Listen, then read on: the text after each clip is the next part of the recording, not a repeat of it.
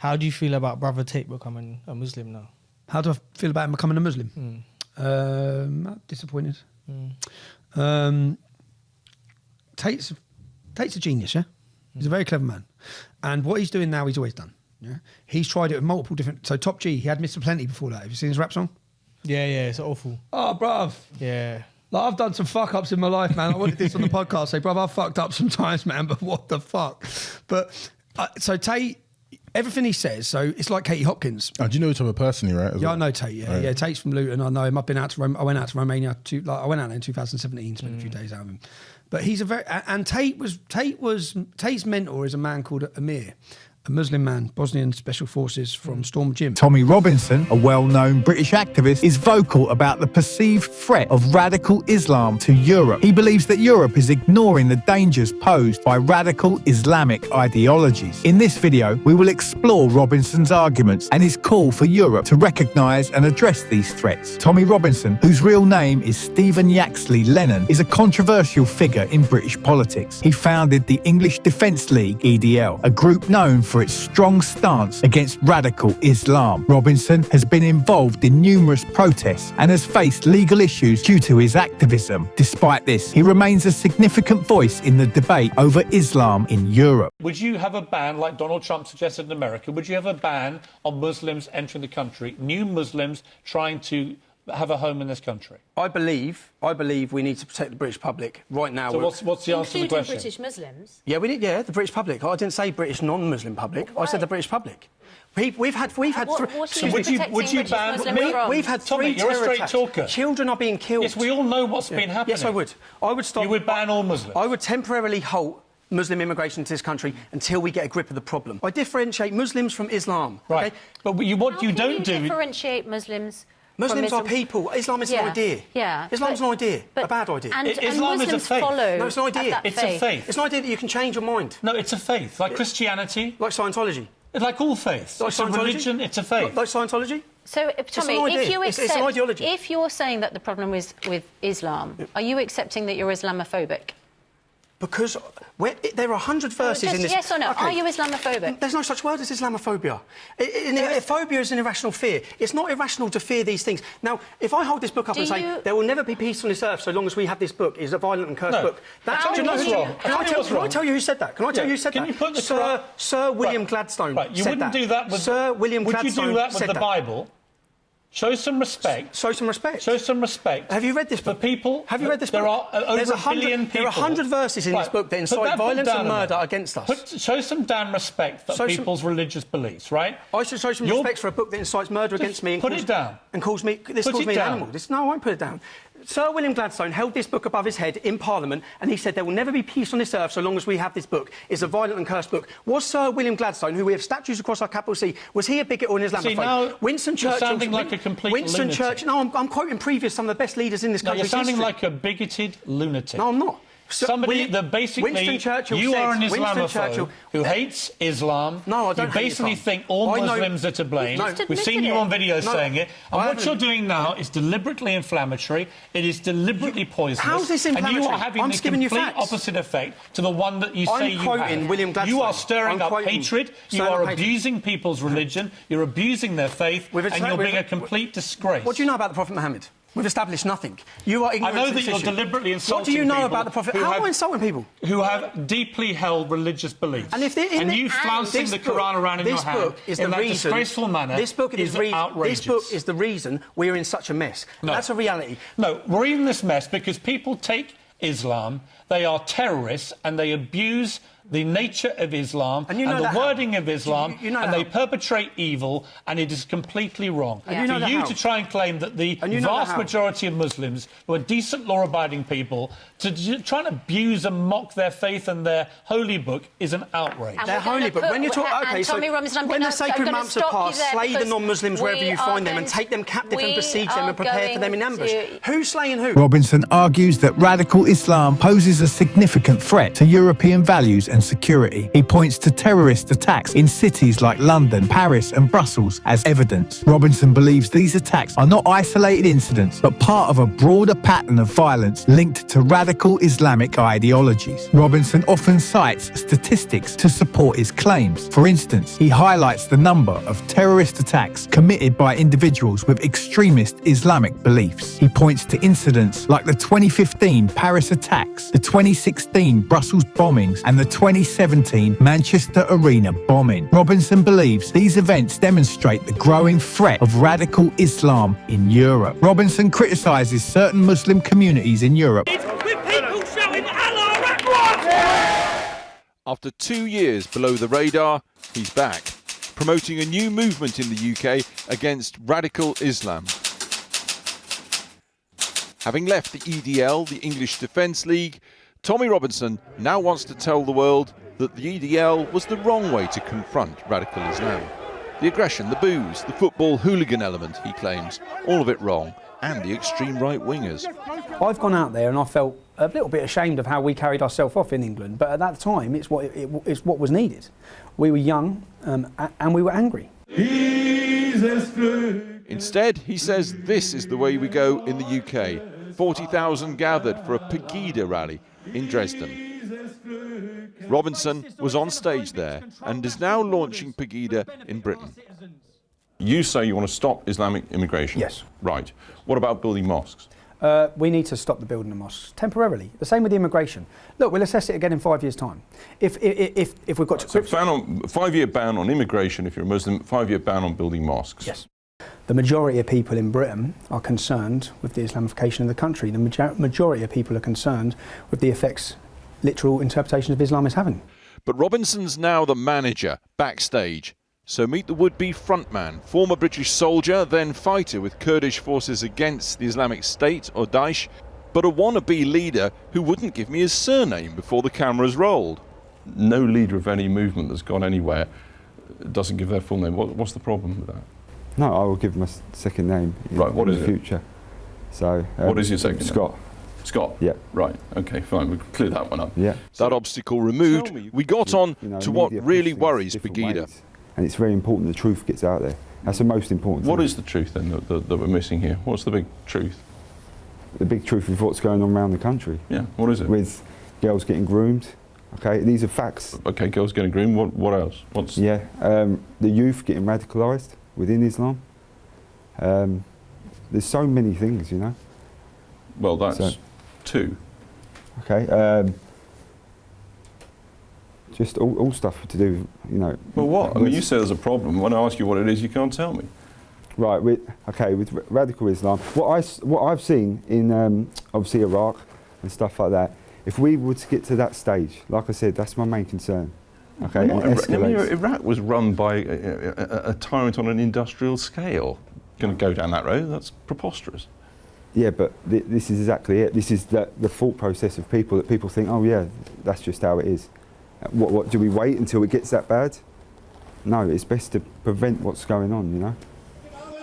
Pegida attracts large crowds for anti-radical Islam rallies across Northern Europe and has mostly avoided the thuggery of the extreme right. And that is what Robinson and Scott now want to bring to Britain.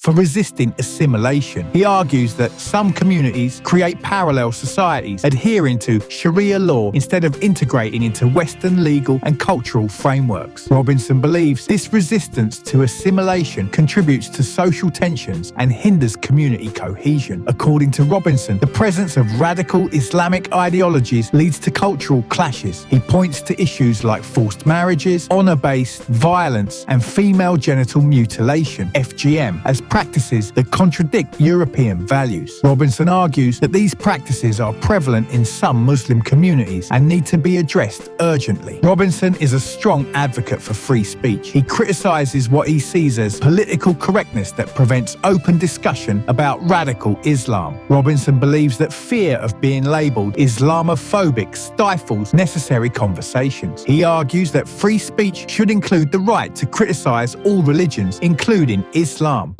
Situation in Missouri in the US with the shooting of Michael Brown, you were speaking about the double standards in policing which you've experienced. And obviously there are big accusations that the American police have been handling the situation in a double standard way in reference to the black community over there. So what would be your comments on that situation? I'm not in America, I don't know about that situation, but the way I see it in Luton is it's drawn through religious lines, because they're not easy on the black community in Luton either. We've just got an investigation going on where another young black Lutonian has been killed in police custody. If you look at the statistics of how many black people are killed in police custody, it's very alarming. So when I'm talking about the two-tier policing system, it seems to be for the Muslim community, because they're still hitting with iron fists the black community of this country as well. So I don't really have a comment because I don't know too much. I haven't been too much on what's going on in America. I know someone's been killed and I know a lot of people are rioting, but I can just bring it back to here. The black community in this country have been hit with iron fists in the same way we are in Luton. It seems the concept of who they're tiptoeing around. When I talk about the two-tier treatment, for example, when these protesters wanted to protest against our troops, they were brought, lined up in front of them, and within distance of spitting at them. When they wanted to set fire to our poppies, they were brought to Armistice Day and right round the corner so everyone could hear them and do it. When they wanted to protest outside the American embassy, they were allowed to do it right outside the embassy. When we had a problem in Tower Hamlets, and we wanted to go into Tower Hamlets to protest against the Lufthansa Rahman and the East London Mosque, which we felt was harbouring extremism, we weren't even allowed into Tower Hamlets. So that's the two-tier. You either have an equal playing field. The rule of law has to be implemented equally across both communities, because you get resentment, which is what we see in Luton. And that, not just on policing, issues like when Luton Town were at Wembley, it's a massive football game. I'll stand up because I feel taller. But when Luton Town were at Wembley, a big football game everyone wanted to go to. Every child in the town would have wanted to go to that game. 10 coaches rolled up outside with Muslim children on. And I remember the word went round everyone. The Luton Borough Council paid for all these coaches and Muslim children to go to the game. We contacted the council after and said, what's that about? They said, that's about integration. This is where I go that I get so wound up, because every time they make a decision, it's the wrong decision. That is not integration. Integration would be filling those coaches with black, white, Asian, Sikh, Hindu, Jewish. You let every child go. But the decisions made most of the time by councils are what cause resentment. Many of the time it's got nothing to do with the Muslim community, but the Muslim community are resented due to decisions being made by far left politicians a lot of the time. Many instances I could go on with. If you want to talk about Christmas, in 2009 or 10 they changed the name of Christmas in like 5-6 cities to Winter Festival. There's not one Muslim in this country that cares that we celebrate Christmas. There's not one. Who gets blamed when they change the name of Christmas? I'll tell you who gets blamed, because I live in Luton. When we didn't have Christmas lights last year, I'll tell you what everyone's saying. Everyone's blaming the Muslims. It's got nothing to do with the Muslims. So decisions are made by councillors, and the best way, this is one of the things I wanted to look at doing when I left the English Defence League. You see, to reinstill pride in working class kids, in working class communities, if you reinstill pride in that community, you're halfway to defeating a lot of the problems. They're less susceptible to be drawn to extremism, things like that, if they have pride in who they are and their identity. The best way to defend our identity and our culture is for Muslims to help us. Because, for example, in Exeter, there's a lady driving a taxi. She's had a St George's flag on her car as a badge for 15 years. Now, the council threaten her to take her licence if she doesn't remove that badge. Now, what that does, everyone blames Muslims. That's the reality of it. It's got nothing to do with Muslims. But in hindsight, rather than the English Defence League protesting, marching through that city, I had this meeting with English Defence League leaders and Quilliam, and I asked a lot of the leaders, what is it that annoys you? Tell me what annoys you. Tell me the different things. Tell me what is... And most of the things that people went through, they had nothing to do with Muslims. It was to do with decisions being made that look like it's to do with Muslims. And I said the best way to do that, a far stronger and beneficial thing to do, is in Exeter. Robinson is highly critical of European governments and their handling of radical Islam. He believes that governments are too lenient and fail to take adequate measures to combat extremism. Robinson argues that policies of multiculturalism and political correctness have allowed radical ideologies to flourish. Robinson also points to failures in law enforcement and intelligence. He argues that many known extremists are not adequately monitored. Robinson cites examples where individuals who were known to authorities still managed to carry out attacks. He believes that more stringent measures are necessary to prevent such incidents. Robinson claims that some mosques and Islamic schools in Europe promote radical ideologies. He argues that these institutions should be closely monitored. Robinson believes that funding from foreign countries, which he claims often have radical agendas, should be scrutinised. Hello, I'm from Tower Hamlets, and I was, quite well informed about the protests that the EDL wanted to do through Tower Hamlets. One of the biggest reasons why that protest was, so opposed in our borough was because it would have created even bigger divisions between the Muslims and the EDL, who claim to represent the rest of Britain. Well, you said it yourself. You said that this is a Muslim problem. The Muslim community needs to fix this problem on their own. The non-Muslim community can't fix this for us, and that's what we have to do. But then you have documentaries like the Stacey Dooley documentary that goes up to the most radical Islamic preacher, Anjem Chowdhury, and then interviews them. What did she expect to find if she went to a protest or a talk with the most radical preachers at its helm? Of course you will find extremism there. Of course you will find problems. Every time the Muslim community tries to step up to this, we're brandished as, supporting these extremist speakers. But why do they get so much limelight? Where are the normal Muslims? When we try to speak, our airtime is taken by these extremists, and you cause those divisions. Well, maybe not so much now, but your involvement with the EDL made these divisions even larger. Your protest, had it gone along, it would have helped, in fact, people like Anjem Chowdhury. They could have used that as fuel and food to encourage more innocent youngsters who are Muslim to see. He would have, gone out there and said, look, the EDL came to our hometown and they tried to spread hatred. Sure, your intentions may have been good, but when you brandish yourselves as, you sort of make it tribal when you create groups like the EDL. And then that's what the extremists want. So my question is, after saying all of that, is do you finally admit that your involvement with the EDL actually, in the long run, helped out these extremists? These extremists don't need much help. Yeah? We've got probably 3 times as many British Muslims fighting for ISIS than fighting for the British Army. I wouldn't really say that it's played that big a factor in the ideology that is resulting in what we see as the cancer that is ISIS. We talk about Tower Hamlets, and us coming there would have created tensions, and that's why we shouldn't have been allowed there. The problem is, they're allowed to walk through my town centre. Yeah? No one stops them. And this is what we see. Yeah? When we talk about Anjem Chowdhury and his group actually protests outside Westminster Cathedral, inside was not 1,000 Christian men, inside was families. The reason why we want to come to Tower Hamlets, let's look at the reason why we wanted to go. Lufta Rahman. Everything we said and the reasoning why we wanted to go, I sat in custody and watched a Panorama documentary. It was everything we were saying. Eric Pickles has just put it into special measures. In Tower Hamlets, you have the mayor who was kicked out of the Labour Party for his extremist links. You then have him in charge of £1 billion budget of taxpayers' money. And if the Muslim community, you have 30% of Tower Hamlets is Muslim.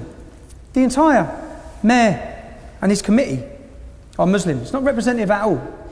If you want to look at where the funding's gone, because we've done it, we looked at the trail of the funding. All funding to any moderate Muslim group, any decent groups, has been siphoned and taken away. And the funding siphoned off to madrasas. And that's what taxpayers' money is funding. So what do we do? If we're angry about these issues, in a democracy... Robinson criticises the media for its portrayal of Islam and radicalism. He believes that the media often downplays the connection between Islam and terrorism. Robinson argues that the media is biased and fails to report on issues within Muslim communities accurately. He calls for more honest and balanced reporting. Robinson urges European citizens to be vigilant. He believes that communities need to be aware of the signs of radicalisation and report suspicious activities. Robinson argues that that a proactive approach is necessary to prevent the spread of radical ideologies. Robinson often shares his personal experiences to highlight the issues he discusses. He talks about growing up in Luton, a town with a significant Muslim population. Robinson describes incidents of violence and intimidation that he attributes to radical Islamists. These personal anecdotes are used to reinforce his arguments. So what are you doing now with the Quillen Foundation, and how is that different from what you've done in the past with the EDL and everything else? Currently, I'm not doing anything. I'm under, obviously I was on a licence, I'm on a licence condition. When I left with Quillen, I thought there was a very good opportunity to bring people from the EDL. I think most of them, I think it would surprise you. You know, like, everyone has this opinion, don't you? You have this view. I think you'd be surprised if you met many of the people who are in English Defence League. It's like I said to Quilliam. So Quilliam, we started organising meetings, and then I got slapped with a condition that I'm not allowed to contact the EDL or I'll go to jail. And I felt a major part of it was to try and find a middle ground on many issues and bring those activists and those people around the table. That's what I thought would be a beneficial way forward. As I've said, I think that a beneficial way would be to prevent the erosion of our cultural identity would be for Muslims to help us do that on issues that, but I'm under a condition not to contact the EDL. I've been in jail. I went into custody. Then I was on a tag. I'm on licence conditions now where I'm being warned about really what I can talk about and what I can't talk about. I don't think I'll be free till July 2015 to really look at what I'd like to do. Osama, you see, within Quilliam, Osama's key, I think, because he's devout and he's religious. Majid's more secular. So Osama, if every imam in Britain was like Osama, wouldn't have a problem. But at the same time, Osama's views are not representative, not representative of all the Muslims in Britain, but of all their leadership and the imams. It's not representative, and we need it to be. And that's a hard struggle, but I think everyone has their part to play, and I was questioning myself when I was away whether I played my part, and that's it. But I offer my hand of friendship to any Muslim who wants to tackle these issues, solve them. I think the only way to do that is to bring people together. I think to continue, Luton Borough Council, for example, just had a no policy, no dialogue. You can have no dialogue for 10 years, you're going to end up talking. You're better off finding where you can agree on, where you can't. Now with Osama, I don't agree on everything with Osama. We're not gonna. No one's going to agree on every policy together. We have different opinions on many things, but we can agree on what we think is best and what's right, and how to move forward.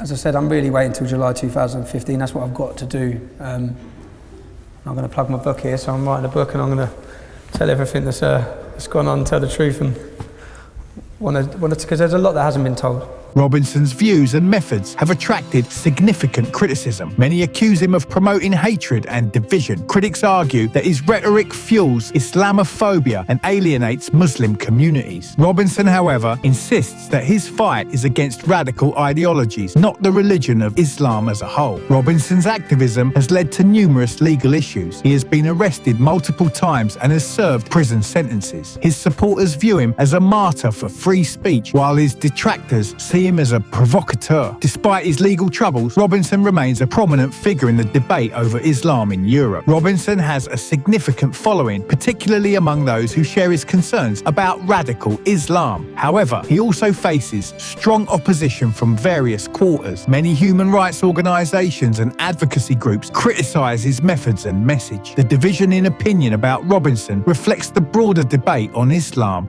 in Europe. Robinson calls for several policy changes to address the threat of radical Islam. He advocates for stricter immigration controls, better integration policies, and more rigorous monitoring of religious institutions. Robinson believes that these measures are necessary to protect European values and security. Robinson emphasises the importance of education and awareness in combating radical Islam. He believes that European citizens need to be educated about the dangers of radical ideologies. Robinson argues that awareness campaigns can help prevent radicalisation integration and promote community cohesion. Robinson believes that the Muslim community has a crucial role to play in combating radicalisation. He calls on moderate Muslims to speak out against extremism and work towards integration. Robinson argues that a unified stance against radical ideologies is essential for the safety and harmony of European societies. Robinson advocates for international cooperation in combating radical Islam. He believes that European countries need to work together and share intelligence to effectively tackle the threat. Robinson argues that a coordinated approach is necessary to address the global nature of radical Islamic terrorism. Tommy Robinson's views on radical Islam are polarizing. He calls for Europe to wake up to the dangers posed by radical ideologies and take decisive action. While his methods and message are controversial, the debate he sparks is part of a broader discussion on Islam and its place in European societies. As Europe continues to grapple with issues of security and integration, voices like Robinson's will likely remain a part of the conversation. Let me know your thoughts in the comments below, and for more content like this, be sure to subscribe to the channel.